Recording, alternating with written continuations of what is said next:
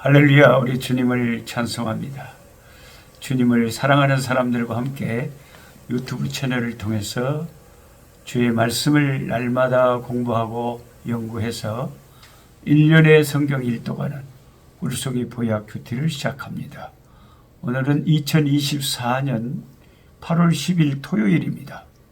오늘의 본문 말씀은 예레미야 27장에서 29장 말씀까지입니다. 참 오늘 그 말씀이 제 인생에서도 굉장히 살면서 중요한 순간에 이 말씀이 중요한 역할을 한 말씀이기 때문에 저는 이 예레미야 29장에 나오는 말씀을 마음에 항상 새기고 삽니다. 만군의 여호와 이스라엘 하나님께서 예루살렘에서 바벨론으로 사로잡혀 가게 한 모든 포로에게 이같이 이르노라. 너희는 집을 짓고 거기 거하며 전원을 만들고 그 열매를 먹으라.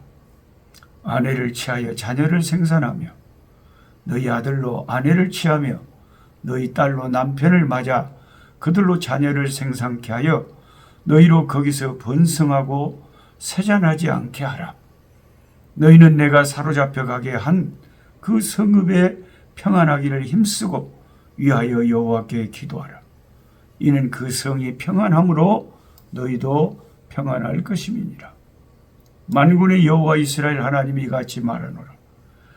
너희 중 선지자들에게와 점쟁이에게 미혹되지 말며 너희가 꾼 꿈도 고지 듣고 믿지 말라. 내가 그들을 보내지 아니하였어도 그들이 내 이름으로 거짓을 예언함이라. 여호와의 말씀이니라. 나 여호와가 이같이 말하노라. 바벨론에서 70년이 차면 내가 너희를 권고하고 나의 선한 말 너희에게 실행하여 너희를 이곳으로 돌아오게 하리라. 나 여호와가 말하노라.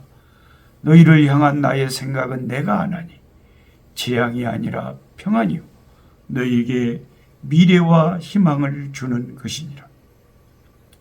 너희가 내게 부르짖으며 내게 와서 기도하면 내가 너희들의 기도를 들을 것이요 너희가 전심으로 나를 찾고 찾으면 나를 만나리라. 나 여호와가 말하노라. 내가 너희에게 만나지겠고 너희를 포로된 중에서 다시 돌아오게 하되 내가 쫓아보내었던 열방과 모든 곳에서 모아 사로잡혀 떠나게 하던 본 곳으로 돌아오게 하리라. 여호와의 말이니라 하셨느니라. 아멘 아멘. 예레미야 29장 4절에서 14절까지 말씀. 참으로 달고 오묘한 놀라운 말씀. 인생을 우리가 살다 보면 예기치 못한 먹구름이 갑자기 몰려와서 눈앞이 캄캄해지는 낙심의 순간이 누구에게나 몇 번쯤은 닥쳐옵니다. 불행은 항상 예고편도 없이 갑자기 새가 그물에 덮인 같이 닥쳐오지요. 몸부림치고 허우적거려도 거기에서 벗어날 수 없는 깊은 늪에 빠져드는 그런 경우가 많이 있습니다. 2008년도 10월 9일 날, 그날은 저와 제 아내에게는 결혼 23주년이 되는 날이었습니다. 그날 제 아내는 아프리카 선교지에서 불과 몇 시간 전 미술을 지으며 설교하러 갔다 오겠다고 차를 타고 떠난 남편이 교통사고로 차가 전복되어 생사를 오가는 중상을 입었다는 갑작스러운 경찰관의 전화를 받아야 했습니다. 갑자기 닥친 일이라 처음에는 온몸이 떨려서 사고 현장을 달려갈 힘도 없었다고 합니다. 그 캄캄한 순간에 기도하던 아내에게 하나님께서 오늘 본문 예레미야 29장 11절의 말씀을 생생하게 생각나게 해 주었다고 합니다. 나 여호와가 말하노라. 너희를 향한 나의 생각은 내가 아나니 재앙이 아니라 평안이요 너희에게 미래와 소망을 주는 것이니라.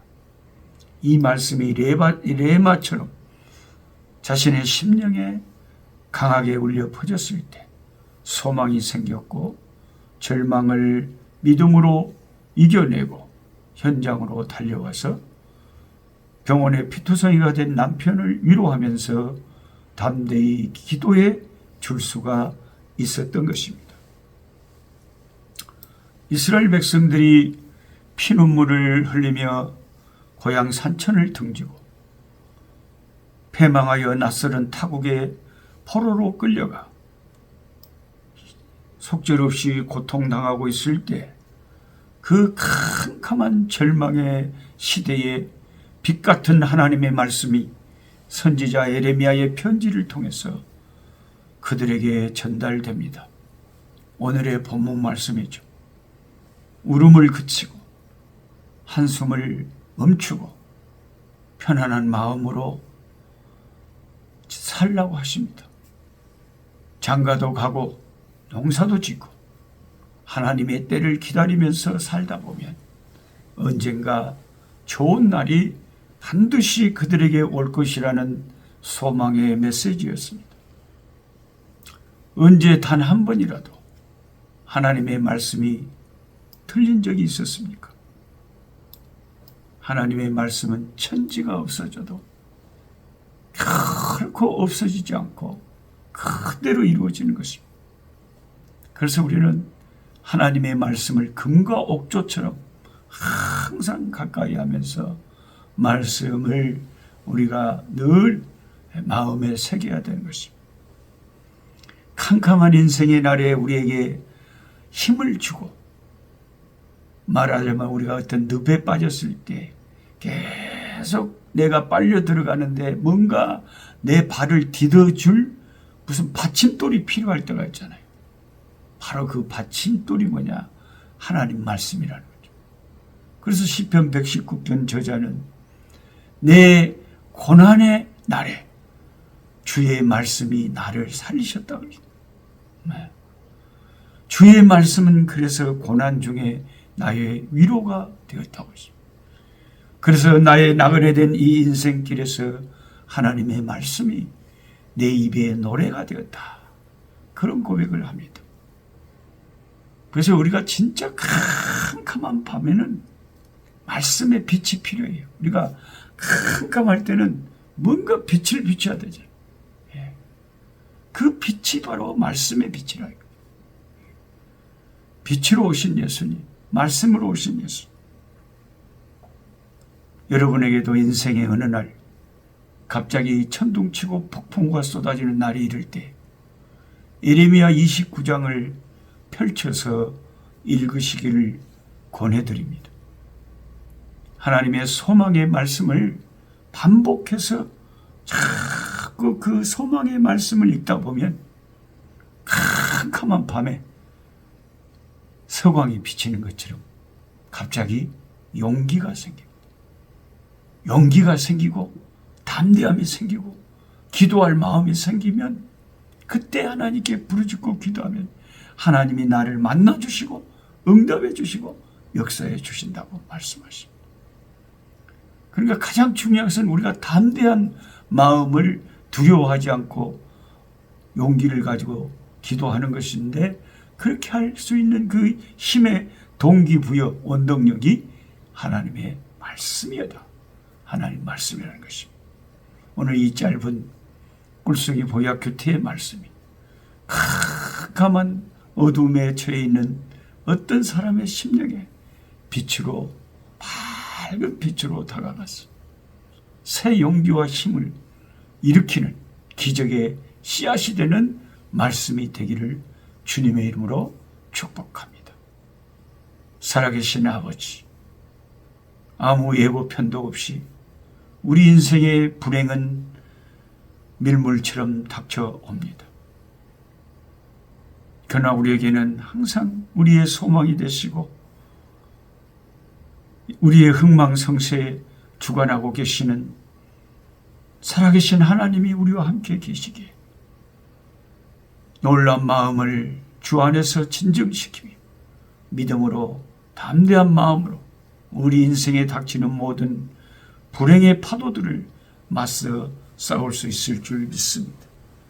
믿음을 가지고 말씀을 의지하고 모든 어려움을 브레이크스루 돌파해 갈 수 있도록 주여 우리에게 믿음의 용기를 더해 주시고 기도의 힘을 잃지 않게 하여 주시옵소서. 낙심하고 절망하고 힘을 잃어버리고 로뎀나무 아래서 죽기를 강구하던 엘리야와 같이 아버지 깊은 낙심에 빠져있는 당신의 백성이 있다면 찾아가 주시고 위로해 주시고 어루만져 주시고 하나님 천사를 보내서 먹을 것을 주시고 만져주시던 그 하나님, 엘리야의 하나님, 우리의 하나님이 되어주심을 감사합니다. 지금도 췌장암에서 폐암에서 절망의 구렁텅이에서 투병하고 있는 우리 이경근 선교사님을 기억해 주시고 주님의 십자가에 피 묻은 손으로 그 상처들을 아픔들을 만져주셔서 치료되고 고침받고 큰 간증이 일어나게 도와주시옵소서. 우리의 산 소망이 되시는 주 예수 그리스도 이름으로 기도드리옵나이다. 아멘. 약한 자 힘주시고 강한 자 바르게 주 함자 정택함이 주님의 뜻이라. 해 아래 압박 있는 곳 주 거기 계셔서 그 팔로 막아 주시어 종이가